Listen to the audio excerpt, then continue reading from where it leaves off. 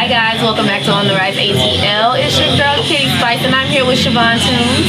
She's the creator of the Reflective Soul series. It is every first Wednesday here in Atlanta and they've got so much going on. I mean, she's got to tell you about it. Go ahead, girl. Hi, my name is Siobhan Tunes, as Kitty Spice said, and I host the Reflective Soul series every first Wednesday. And tonight we have so many awesome, wonderful, talented artists in the building. We have Body by Body and Barry Price. He and his co-worker Jane, they're going to be selling the products here, and they're also going to have do a shape demonstration for us. So that's going to be really cool. We have an author. She's going to be doing a book signing, and her name is Author Rose. And we have one of our features. She is the radio host of Creative Culture Radio, Yo Sister. So she is our one of our features. She's a spoken word artist. And we have Slick Sean coming from Huntsville, Alabama. So tonight is just full of so many awesome things. And to help me facilitate this show is my wonderful co-host, Real. How y'all doing? Yeah, Reflective Soul series is a great open mic for local artists. We do crazy things here, including improv, live performances, raffles. We have prizes and great food right here in Mark Square Studios in Clarkston, Georgia. So if you're ever free on the first Wednesday, 7 o'clock, come on out, see me, Izzy, Real, and some amazing talent. Where anything goes, and please don't take it personal if I step on your toes. Just get out the Epsom salt and start soaking your feet and be ready, just in case I come riding down your street. Hello. The problem I'm having is with folks who sit around and complain instead of getting off their behinds and try to deal with some of this pain. We watch our hoods being saturated with drugs, violence, and sex, and either we looking the other way or we contributing to this mess. You up in the uptown niggas spend your evening snorting coke and smoking herb, but the first to complain about a crackhead because he's sleeping downtown on the curb. Hello. You turn your nose up at the prostitute, but you sleeping around too. At least the hooker's getting paid. Could it be she's a little smarter than you? Okay, so the game we're doing this week, the improv game we're doing this week, we don't really have a name for it yet, but it's pretty much what we do is we take 4 people out of the audience that we know have musical abilities such as singing, rapping, or anything else like that, and combine them and make them put their talents together on stage. To add a creative twist to it, what we do is we make them interpret any real life celebrity such as Nicki Minaj, Beyonce, 50 Cent, DMX, or anybody else we can think of. And then we ask for a suggestion from the audience that makes it even more difficult and more spontaneous. We give them all just keep going. And we give them all one verse where they can be that soul character, that soul superstar, whichever they're performing. And at the end of the day, or at the end of the game, we give up. At the end of the game, it's up to the audience to decide who did the best interpretation.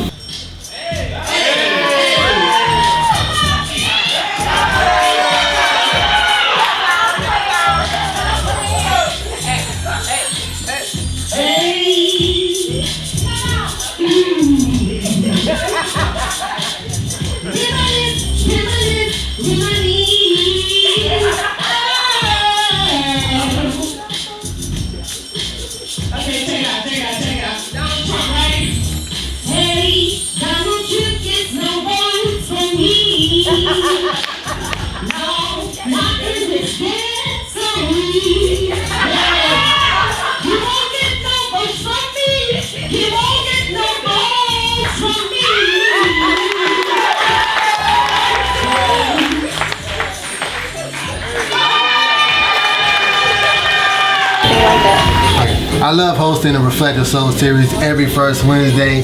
It gives me a chance to be free in my craft as a stand-up comedian and feed off the crowd who are very good and very participating, a very warm crowd. It also gives me a chance to see all the great artists that just come up and do their thing on any given night, and then a chance to see great features, and also I get to eat some great food and everything. So I always have fun hosting Reflective Soul series. I came to it as just another performer, and Siobhan took me in and made me host. So looking forward to where we go from here, and it's been real, but is he real? My name is Tyrone Allen. I'm a spoken word artist, hip hop artist, and owner of Caters for Art.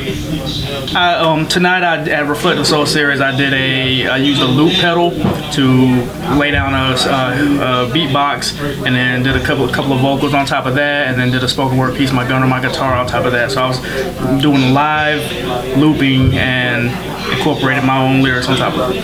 Reflective Soul Series is one of those, the name says exactly what it is. It's a reflection of soul. You get a lot of people coming out here and putting themselves out there, especially when it comes to poetry and music, and they put their souls out there for you to reflect, and so you get that light reflection. So there's a lot of love in this room every time you come out here, and there's a lot of people doing stuff that is very near and dear to their hearts, and they're putting it all out there for you to experience, and it's a wonderful experience every time I come out. Guitar. When times call for warriors, it's hard to be a poet. The pen is mightier than the sword, but if nobody reads, who would notice? Look, more than just a soldier. There's love in my holster, but there's times I come so close to breaking up my composure, saying it's not you, it's me, or it's society. But if I am society, that means it's evil inside of me fighting. I'm good, not kind of me stood there in my heart, checking pulses, and providing my hood. Where you I started with the youth, try to give them hope, but all they wonder if the truth is that their blood was stained the sidewalk like their brothers walk to school to take the shortcut. There's a trap house on the way where any day rivals can hit a lick like bandits robbing banks, and AK bullets stray like dogs in heat without a chain. So if they walk and miss their mark, son can't bring mama home good grades. Shame, that's all we can say when hearing it on the news. We're walking outside, should I pack my tool or Europe and sing the blues? Is it my gun or my guitar? My gun or my guitar? It's hard to know if I should tote my gun or my guitar. When the world starts declining, first thing we go is art. I just don't know if I should tote my gun or my guitar. Is it my gun? Alright guys, so I was able to pull Siobhan away so that we can get our little interview with her, because she's got so much stuff going on today, and I really know that she's going to be the one to tell you guys about it. So Siobhan, you've had fashion designers, you've had poetry, you've had artists, you've had business owners and authors. You're doing so much. How exactly do you pull this event together every month? Pretty much what I do is that people who have come to my show and has got a vibe, I kind of like select them. And matter of fact, it's a young lady for next month's show. Her name is Angie, and she is a chocolatier. And I told her to come out to the show first. So I always try to invite people to come to the show to make sure this is a platform that you want to be a part of. So once I kind of meet you and get a vibe and see that, okay, is this something that you want to do, then I select you as a feature or a vendor to come out. Okay, well, we've been having a lot of fun seeing all the different stuff around here, and especially seeing how you were able to pull together all these different types of things and how they all kind of fit together still. What was your favorite part of the night tonight? For some reason, my shows always have like a theme, and I noticed like, okay, your sister, her feature was talking about haters. Yeah. And then, somebody else got it done and was talking about haters, and I actually have a haters poem too, and I was like, I just kind of like break away, but sometimes it just depends on like, I don't have a theme in mind. It's just like whatever starts. It just seemed like that'd be the trend of the show. Okay. So to see how everything kind of like connect and how everybody feed off of one another, to me, I just love it. I like to see people happy. I like to see people laughing, and of course, everyone always say I have a very distinctive laugh, but I like to have a good time, and I like to see people having a good time. Well, how exactly did you get to this point where you're creating this event that you think is, well, that not that you think, that is kind of it's kind of very, what is the word I'm looking for? It's a variety. Like, it's like a variety show, but I don't want to use that word, but that's kind of what it is. Like, what brought you to this point? Like, what were you doing before you started this? Because this is your second year. You guys said. Interesting. I kind of fell into it. When I really say fell into it, or I just fell into it. I was with a friend, and they was looking at a venue to do a poetry spot. And at the time, I had just actually started going to open mics. And the person at the venue heard me say a poem, and they asked me to host. And at the time, I had only April, May, June. I think probably went to like 2 or 3 open mics, so I didn't know anyone. Yeah. So it went from I watched having a crowd of 3 people to having like a full audience. And I can say, you know, I did by just getting out there, telling people to come to my show, come to my show, come to my show, come to my show. So it was like a lot of hard work. But what I do, I get a lot of feedback from people who are not artists, because I like to get their perspective along, like, what would you like to see in a show? Because the very first show I did, it was a lot of poetry, and the people who I invited, they were not artists. They was not into poetry, but they was like, it was good, it was really, really good, but it was too heavy. Yeah. So I was like, okay, so I'm trying to find something, a good balance to break it up, to try to make sure that we're supporting other businesses, because most artists, they're full-time artists or they're entrepreneurs. So I just want to kind of bring people in, shine a light on them, let them know like, hey, this is what this person is doing, make connections and build off of that with other people, and making sure that they're building their brand too. So Okay, cool. Well, like, so you have a lot of poetry, you have a lot of music, you have business owners, and I think this is like such a great thing. When, like, you guys have to come out to this. When is the next one? It's the first Wednesday. Every first Wednesday. So the every next month one would be August 3rd. So August the 3rd, and actually that would be like 2 years. Exactly. Oh, 2 years exactly. So guys, definitely come out for their 2-year anniversary, August 3rd, at the Mark Square Studios, right? Okay, so you guys definitely come out here. And now it's time for my favorite. I am done pretending that I am someone who I am not meant to be. I am done pretending that I am someone who is so grown that I am not actually sitting here staring at your camel toe, because I am.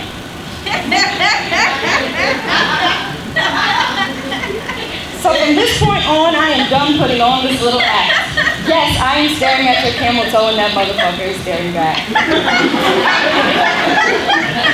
I'm not even putting on the show. I'm not trying to be cool, but that thing is staring me down like it remembers me from high school, and apparently we had beef.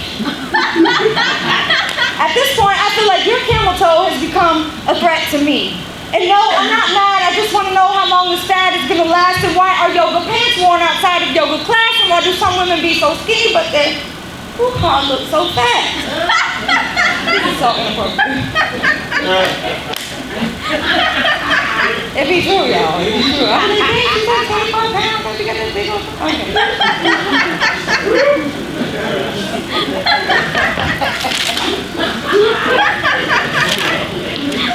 See, I wasn't prepared for the laugh, so that's why I brought it. I didn't practice with the laugh, so. Okay, there are camel toes at school. There are camel toes in the streets. There are camel toes at work. And not for God's sake, but Lord knows the worst is that there are even camel toes at church. And I'd be like, why, Lord? And then I'd be thinking, what would Jesus do? And then my mind starts to wonder if Miss Mary Magdalene rocked a camel toe too. And I'm not placing blame, but I do blame about 89.6% of this country's camel toe epidemic on leggings. And one thing I can and will say about leggings is that leggings do not discriminate. They come in every color ever made, in every single shade, neon, pastel, glitter, rainbow leggings for the gays. You can get emoji leggings and unicorns. You can get them in leather, pleather, plaid. You can get your leggings bedazzled or have the word sexy on leggings stretched across your ass.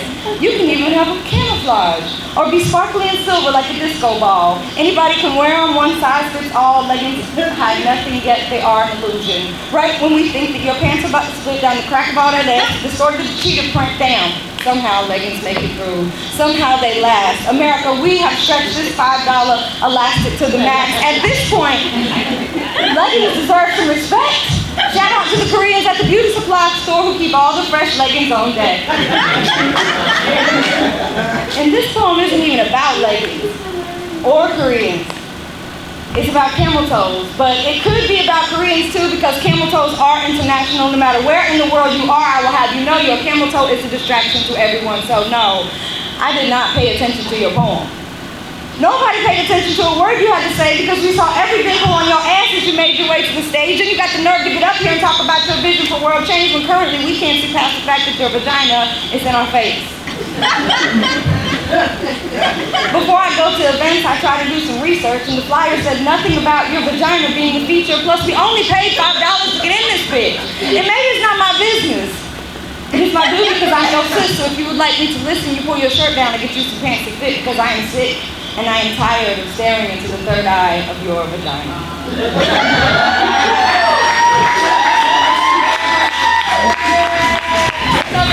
On the Rise ATL, I am poet, spoken word artist, visual artist, yo sister. And I want y'all to be my friends. I want y'all to please follow me on social media, Facebook, Instagram, yo sister. Please find me. You follow me, I will follow you back. It's another part of you. It's like the light in you, the part that you wish you could give the world. That's what we get the honor of doing, is giving that. Even if it's 2 minutes, 3 minutes, 10 minutes, however long it is, you get to give the most powerful part of you on stage, and that's exactly what I try to do. It's trying to make people feel, trying to make people inspired, aware, motivated, uplifting people. It all comes along in the package, so that's exactly what I try to do. The Reflective Soul series, hosted by Siobhan Toombs, Izzy Real, is awesome. You got a poet, and you also have a young comedian out there, and I tell you what, man, they keep the energy up. They are great, great people with a great, great crowd. Tonight was the Reflective Soul series feature with myself and a lyrical genius, y'all, on the rise. I want y'all to get to know Jay Nolan. How y'all doing? How y'all feeling?